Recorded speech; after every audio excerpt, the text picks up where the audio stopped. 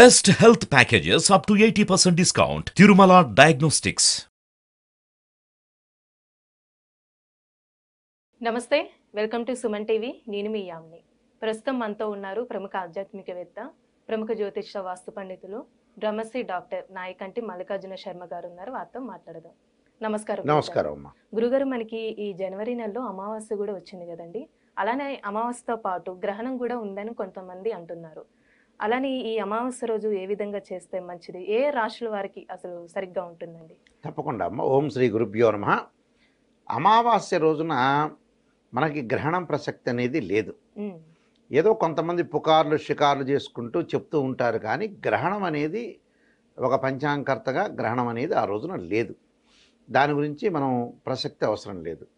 అయితే ఆ రోజున అమావాస్య అయింది, ఆ రోజున గురువారం అయింది, పూర్వాషాఢ నక్షత్రం అవుతుంది, హనుమత్ జయంతి కూడా ఆ రోజున అయింది. అయితే ఆ రోజున గ్రహణం లేదు కాబట్టి విధి విధానాలు పాటించాల్సిన అవసరము లేదు. మామూలుగా ఏ రోజైతే జనాలు ప్రజలందరూ కూడా ఏ విధంగా ఉన్నారో ఆ విధంగానే గర్భవతులు కానీ మిగతా వాళ్ళు కానీ ప్రజలు కానీ అశౌచం అనేది ఆ రోజున లేదు, గ్రహణం లేదు కాబట్టి మామూలు రోజుల్లో ఉన్నట్టుగానే ఆ రోజున ఉండొచ్చు.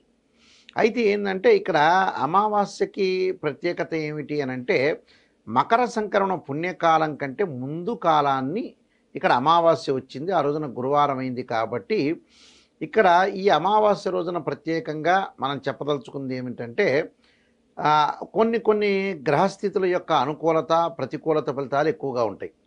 ముఖ్యంగా ధనస్సు రాశి వాళ్ళకు వచ్చేటప్పటికల్లా తృతీయ స్థానంలో శని యొక్క సంచారం, పంచమ స్థానంలో గురువు యొక్క సంచారం వల్ల బాగా ఎక్కువగా అనుకూలంగా ఉండే అవకాశం ఎక్కువగా ఉంటుంది. రవి కూడా ధనస్సు రాశిలోనే ఉంటాడు. అంటే ఆర్థిక స్థితిగతులు ప్రధానంగా బాగుంటాయి. అలానే సోదరుల మధ్యలో సఖ్యతగా ఉంటారు. వ్యాపార విషయంలో కూడా చాలా అనుకూలంగా ఉంటుంది. సమవుజ్యులతోటి కలిసే అవకాశాలు బాగా ఎక్కువ ఉంటాయి. ఆ సమవుజ్యులతో కలిసే అవకాశం ఒకటి ఉంటుంది. దానితో పాటు వీళ్ళు ముఖ్యంగా వాళ్ళు అనుకున్న పనులలో కొన్ని విషయాలు సాధించే అవకాశం ఎక్కువగా ఉంటుంది. అంటే వివాహ ప్రయత్నాలన్నీ కూడా సఫలీకృతం అవుతాయి. కొద్దిగా ఆరోగ్యపరంగా కొద్దిగా ఇబ్బందులు కలిగే అవకాశం ఉంటుంది కాబట్టి సూర్యుడి యొక్క ఆరాధన చేయాలి. అంటే మనకి గురువు, శని, రాహు, కేతువులు అన్నీ కూడా అన్ని గ్రహాలను కూడా మనం అనాలిసిస్ చేస్తే కుజుడి దగ్గర నుంచి శుక్రుడి దగ్గర నుంచి అన్నీ కూడా చూస్తే ధనుస్సు రాశి వాళ్ళకి ఎక్కువగా మేలు జరిగే అవకాశం ఎక్కువగా ఉంటుంది. అంటే ఈ నెలలో మొత్తం కూడా బాగుంటుంది. అంటే జనవరి నెలలో మొత్తం కూడా ఈ ఏదైతే అమావాస్య యొక్క ఫలితం వల్ల అనుకూలమైన ఫలితం అనేది ఎక్కువగా ఉంటుంది జాతకపరంగా. అదొకటి. అంటే కేవలం అమావాస్యనే కాదు, గ్రహాలు మారుతూ ఉంటే కేవలం అమావాస్యను మనం ఆలోచన చేయకూడదు, కానీ మిగతా గ్రహాల యొక్క కలయిక వల్ల సూర్యుడు మారటం వల్ల వీళ్ళకి ఆరోగ్యపరంగా కొద్దిగా జాగ్రత్త ఉండాలని అర్థం. మిగతా అవన్నీ కూడా బాగుంటాయి. ఎందుకంటే ధనుస్సులో రవి ఉన్నాడు, తర్వాత ద్వితీయంలోకి రవి వస్తాడు. ద్వితీయంలోకి రవి ఎప్పుడు వస్తాడు? మకర సంక్రమణ పుణ్యకాలంలో వస్తాడు. అంటే 14వ తారీఖు తెల్లవారితే 15 అనంగా 2:42 సూర్యభగవానుడు ఉత్తరాషాఢ నక్షత్రం ద్వితీయ పాదంలో రావటం వల్ల మకర సంక్రమణం అనేది ఏర్పడుతుంది. ఈ మకర సంక్రమణ పుణ్యకాలంలో రవి యొక్క అనుకూలత మటుకు ధనుస్సు రాశి వాళ్ళకు ఉండదు కాబట్టి సూర్యభగవానుడు ఆరాధన చేయాలి. సూర్యభగవానుడు ఎలా ఆరాధన చేయాలి అంటే, సూర్యుడికి అర్ఘ్యం విడవాలి, వీలైతే గోధుమలు దానం చేయాలి. ఆదిత్యాయుధే సహస్రమూర్తాయుధీమే తన్నో సూర్య ప్రచోదయాతనే సూర్య గాయత్రి మంత్రాన్ని, అది కుదరలేదనుకోండి, జపాకుసుమ సంకాశం కాశ్యపేయ మహాదుతిం తమోరిం సర్వపాపగ్నం ప్రణతోస్మి దివాకరం అనే మంత్రాన్ని చదువుకోవటం ఒకటి. లేదా గోధుమతో చేసిన ఏదైతే నైవేద్యం అనేది ఇంట్లో ప్రసాదంగా పెట్టి వీళ్ళు తినటం కానీ పక్కన వాళ్ళకి ఇవ్వటం కానీ అలాంటివి చేయాలి. లేదా అది కుదరలేదనుకోండి, గోధుమతో రవ్వతో చేసిన ప్రసాదాన్ని గోధుమ పిండి కానీ రవ్వతో కానీ ఏదైనా సరే దేవాలయంలోకి వెళ్ళి ఇచ్చి ప్రధాన అర్చకులకు ఇచ్చి భక్తులందరికీ కూడా పంచమంటే చాలా మంచిది. అలానే ఈ రాశి వారికి, అంటే కొన్ని రాశులు సరిగ్గా లేవన్నారు కదండి, వాళ్ళకి ఎలాంటి పరిహారం చేస్తే మంచిది? తప్పకుండా. దానితో పాటు ఇప్పుడు ధనుస్సు రాశితో పాటు కొన్ని రాశుల వాళ్ళకి కొంత అనుకూలంగా లేదు. ఇప్పుడు ధనుస్సు రాశి వాళ్ళకి బాగుంది, కానీ రవి మాత్రమే కొద్దిగా బాగాలేదు, ఆరోగ్యపరంగా జాగ్రత్త ఉండాలి. దాంతోపాటు మీనరాశి వాళ్ళకి చాలా అనుకూలంగా ఉంటుంది. మీనరాశి వాళ్ళకి చాలా బాగుంటుంది. ఎందుకంటే ఏకాదశ స్థానం రవి యొక్క సంచారం, ద్వితీయంలో గురువు యొక్క సంచారం వల్ల మీనరాశి వాళ్ళు అనుకున్న పనులన్నీ కూడా సాధించడం, ప్రతి పనిలో కూడా విజయం సాధించే అవకాశం, ప్రయాణాల వల్ల కొన్ని లాభం కలుగుతుంది. అలానే కొన్ని ఇళ్ళు నిర్మాణము, భూములు, సమౌజ్యులతోటి తొలతోగటము, బంధువులతోటి సఖ్యతగా ఉండటం, ఎక్కడ వెళ్ళాలో అక్కడ వెళ్ళటం అనేది నేర్చుకునే అవకాశం కూడా వ్యాపార పరంగా వృత్తిపరంగా అధిక లాభాలు పొందే అవకాశం ఎక్కువ ఉంటుంది. అంటే ఉద్యోగపరంగా ముఖ్యంగా ఉద్యోగపరంగా చాలా అనుకూలంగా ఉంటుంది. రవి ఉద్యోగ కారకుడు. ఆరోగ్యం అనేది కూడా చాలా బాగుంటుంది మీనరాశి వాళ్ళకి. అయితే మీనరాశి వాళ్ళకి ఎలాంటి డోకా లేదు. కానీ మకర రాశి వాళ్ళకి మటుకు జన్మంలో రవి రావటం, అలానే ద్వితీయంలో శని, చతుర్థ స్థానంలో గురువు యొక్క సంచారం, మిగతా గ్రహాల యొక్క సంచారం చూస్తే మకర రాశి వాళ్ళు కొంత ఆరోగ్యపరంగా కొన్ని ఇబ్బందులు గురయ్యే అవకాశం అనేది ఒకటి ఉంటుంది. కానీ బాధపడాల్సిన పని లేదు, భయాందోళన చెందాల్సిన పని ఏమీ లేదు. ఆ జన్మంలో రవి అనే గ్రహం అనేది ఏదైతే మనకు వస్తుందో మకర సంక్రమణ పుణ్యకాలంలో ఈ అమావాస్య సంబంధించిన ఎఫెక్ట్ అనేది కూడా ఉంటుంది. కాబట్టి కొంత రవిచంద్రుల యొక్క కలయిక వల్లనే అమావాస్య ఏర్పడుతుంది. ఈ మకర రాశి వాళ్ళ జన్మంలో రవి ఉండటం వల్ల కొద్దిగా అనుకూలం అనేది కొద్దిగా ఉండదు. కాబట్టి ఆరోగ్యపరంగా జాగ్రత్తగా ఉండటం అనేది మంచిది. అంటే సూర్యుడి యొక్క ఆరాధన చేయాలి.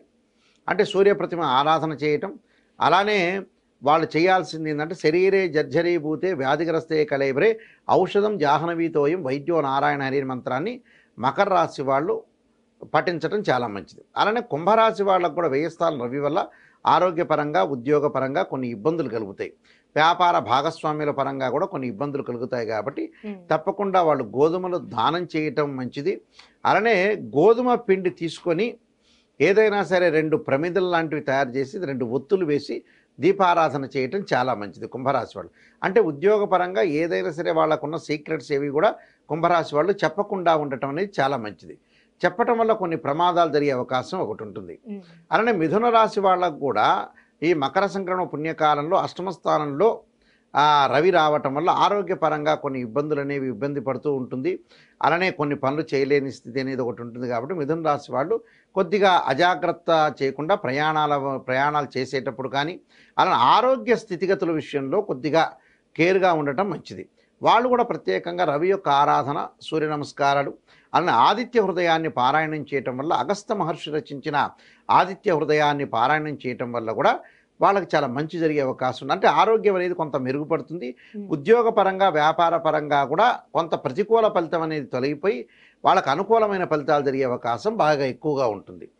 అలానే తులారాశి వాళ్ళకు కూడా చతుర్థ స్థానంలో రవి యొక్క సంచారం వల్ల మకర సంక్రమణ పుణ్యకాలంలో కొంత ఇబ్బందులు అనేది గురయ్యే అవకాశం ఎక్కువ ఉంటుంది. అంటే తండ్రి యొక్క ఆరోగ్య విషయంలో కానీ అలానే ప్రయాణాలు కానీ వృత్తిపరంగా కొన్ని ఇబ్బందులు, వాళ్ళు ఏదైతే ఉద్యోగం చేస్తున్నారో అనవసరమైన రహస్యాలన్నీ కూడా పక్కన వాళ్ళకి చెప్పకుండా ఉండటం చాలా మంచిది. ఇలాంటి దోషాలన్నీ కూడా కలుగుతుంటాయి. కాబట్టి సూర్యుడి యొక్క ఆరాధన అనేది చాలా ముఖ్యమైనది. సూర్య ఆరాధనకి ఏమి చెయ్యాలి అనంటే సూర్య గాయత్రి మంత్రాలను పఠించడం అనేది చాలా మంచిది. అలానే సూర్యుడికి ఏదైనా సరే ఒక సూర్య ప్రతిమ తీసుకొని సూర్యుడికి సంబంధించిన అష్టోత్తరంతో చక్కగా ఆ రోజున అమావాస్య రోజున, ఇప్పుడు వీళ్ళందరూ కూడా ఈ నేను చెప్పిన కూడా అమావాస్య రోజు పాటించాలి. అంటే ముందు జరిగే కాలానికి అడ్డం లేకుండా ఉండడానికి అమావాస్య రోజున మనం ఈ రెమెడీస్ అన్నీ కూడా వీళ్ళు చేయాలి నైవేద్యాలతో సహా. ఆ రోజున సూర్యుడి యొక్క అష్టోత్తరాన్ని, సూర్యగాయత్రి మంత్రాన్ని కూడా పఠించడం వల్ల కూడా మనకు ఆరోగ్యపరంగా కానీ వృత్తిపరంగా కానీ ఉద్యోగపరంగా కానీ మనకు అనుకూలంగా ఉండే అవకాశం ఖచ్చితంగా ఉంటుంది. అంటే ఈ రాశుల వాళ్ళు తప్పకుండా కొన్ని నియమాలు అనేవి పాటించడం చాలా మంచిది. దాని తర్వాత ఈ రాశుల వాళ్ళే కాకుండా మిగతా రాశుల వాళ్ళు కూడా ప్రత్యేకంగా అమావాస్య రోజున కొన్ని రాశులకి మంచి జరుగుతుంది, కొన్ని రాశులకు చెడు జరుగుతుంది. అందరూ కూడా అన్ని రాశుల వాళ్ళు చేయాల్సిన విధి విధానం ఏమిటి అనంటే చక్కగా అమావాస్య రోజున సూర్యగ్రహం అనేది ఎప్పుడైతే మకర సంక్రమణ పుణ్యకాలంలో మారుతుందో దానికంటే ముందు కూడా వృత్తి ఉద్యోగ వ్యాపార రంగాల్లో ఉన్న వ్యక్తులు, అలానే ముఖ్యంగా రాజకీయ నాయకులు, అడ్వకేట్స్, జడ్జెస్, ఇన్సూరెన్స్ బిజినెస్ చేస్తున్న వాళ్ళు, వీళ్ళందరూ కూడా సూర్యగ్రహ ప్రభావితులు అవుతారు. వీళ్ళందరూ కూడా ఈ సూర్యగ్రహ ప్రభావితులు, ఉష్ణం వేడి అంటే శరీరం వేడి ఉన్న వ్యక్తులు, వీళ్ళందరూ కూడా సూర్యుడి యొక్క ఆరాధన చేయటం, సూర్యుడికి అర్ఘ్యం విడవటము, సూర్యుడికి ప్రీతికరమైన గోధుమలు దానం చేయటం, దానితో పాటు గోధుమ రవ్వ కానీ గోధుమ పిండి కానీ నైవేద్యం చేసి ఏదైనా సరే దేవాలయంలో ప్రధాన అర్చకులకు ఇచ్చి అవన్నీ కూడా భక్తులకు పంచటం వల్ల ఆ సూర్యుడి యొక్క దోషం పోతుంది. అంటే ఇక్కడ సూర్యభగవాన్ని ప్రత్యేకంగా మకర సంక్రమణ పుణ్యకాలంలో మనం ప్రధానంగా తీసుకుంటాం. ఎందుకంటే చాలా సంక్రమణాలు జరుగుతుంటాయి. అంటే వాస్తవంగా అయితే 9 గ్రహాలు 12 సంక్రమణాలు జరుగుతాయి, 108 సంక్రమణాలు జరుగుతాయి. కానీ సూర్యుడు గ్రహాలకు రారాజు కాబట్టి సూర్యుడిని ప్రధానంగా తీసుకుని సూర్యుడి యొక్క మనకి వృత్తి ఉద్యోగాలు ఆరోగ్యాన్ని ఇచ్చేవాడు మేధాశక్తి ఇచ్చేవాళ్ళు సూర్యభగవానుడు కాబట్టి ఆ సూర్యభగవాన్ని ప్రత్యేకంగా మనం కొలవటం అనేది చాలా మంచిది. అలానే ఆదిత్యాయుధే శాస్త్రకిరణాయుధీమే తన్నో సూర్య ప్రచోదయాత్ అనే మంత్రాన్ని, ప్రభాకరాయుధే దివాకరాయుధీమే తన్నో సూర్య ప్రచోదయాత్ అనే మంత్రాన్ని చక్కగా చదువుకోవటం వల్ల కూడా మనకి గోధుమలు దానం చేయటం, గోధుమ పిండి దానం చేయటం, గోధుమ రవ్వను కూడా దానం చేయటం, ప్రసాదంగా చేసుకోవటం వల్ల కూడా మనకి సూర్యుడి యొక్క దోషం పోవటానికి అమావాస్య రోజున ప్రత్యేకంగా కీడు కానీ ఏదైనా ఆరోగ్య పరిస్థితులు కానీ మేధాశక్తి తగ్గితే కానీ ఆలోచన తగ్గితే కానీ వృత్తిపరంగా ఉద్యోగపరంగా కూడా కొన్ని ఇబ్బందులు కలుగుతున్న వ్యక్తులు, వివాహం కాని వ్యక్తులు కూడా సూర్యుని ఆరాధన చేయటం మంచిది. సూర్యుడికి అర్ఘం విడవటం, లేకపోతే వీలైతే సూర్యహోమం చేయటం. ఎందుకంటే ఆ రోజున పూర్వాషాఢ నక్షత్రం ఉంది, అమావాస్య రవిచంద్రులు ఒకే డిగ్రీలోకి వస్తే అమావాస్య ఏర్పడుతుంది. పూర్వాషాఢ నక్షత్రానికి కూడా అధిపతి శుక్రుడు కాబట్టి ఆ రోజున సూర్యుడి యొక్క ఆరాధన చేయటం వల్ల చాలా మంచి సుఫలితాలు జరిగే అవకాశం ఎక్కువగా ఉంటుంది. ఎందుకంటే గతంలో సన్లైన్ అంటారు అస్తామంత్రం ప్రకారంగా, మాకు సన్లైన్ బాగుందా సూర్యరేఖ బాగుందని పురాతన రోజుల్లో చెప్పబడింది. సూర్యుడి యొక్క రేఖ అనేది చాలా బాగుంటేనే మనకు అనుకూలమైన ఫలితాలు జరుగుతాయి. కాబట్టి అదృష్ట యోగం అనేది కలగాలంటే ప్రత్యేకంగా రేపు సూర్యభగవానుడు మారుతున్నాడు కాబట్టి ఉత్తరాయణ పుణ్యకాలం అనేది ఏర్పడుతుంది. కాబట్టి మనకి మకర సంక్రమణ పుణ్యకాలంలో సూర్యుడి యొక్క ఆరాధన చేయటం వల్ల మనకి మంచి ఫలితాలు జరిగే అవకాశం ఖచ్చితంగా ఉంటుంది. చాలా చక్కగా తెలియజేస్తారు గురుగారు. ధన్యవాదాలు. నమస్కారం.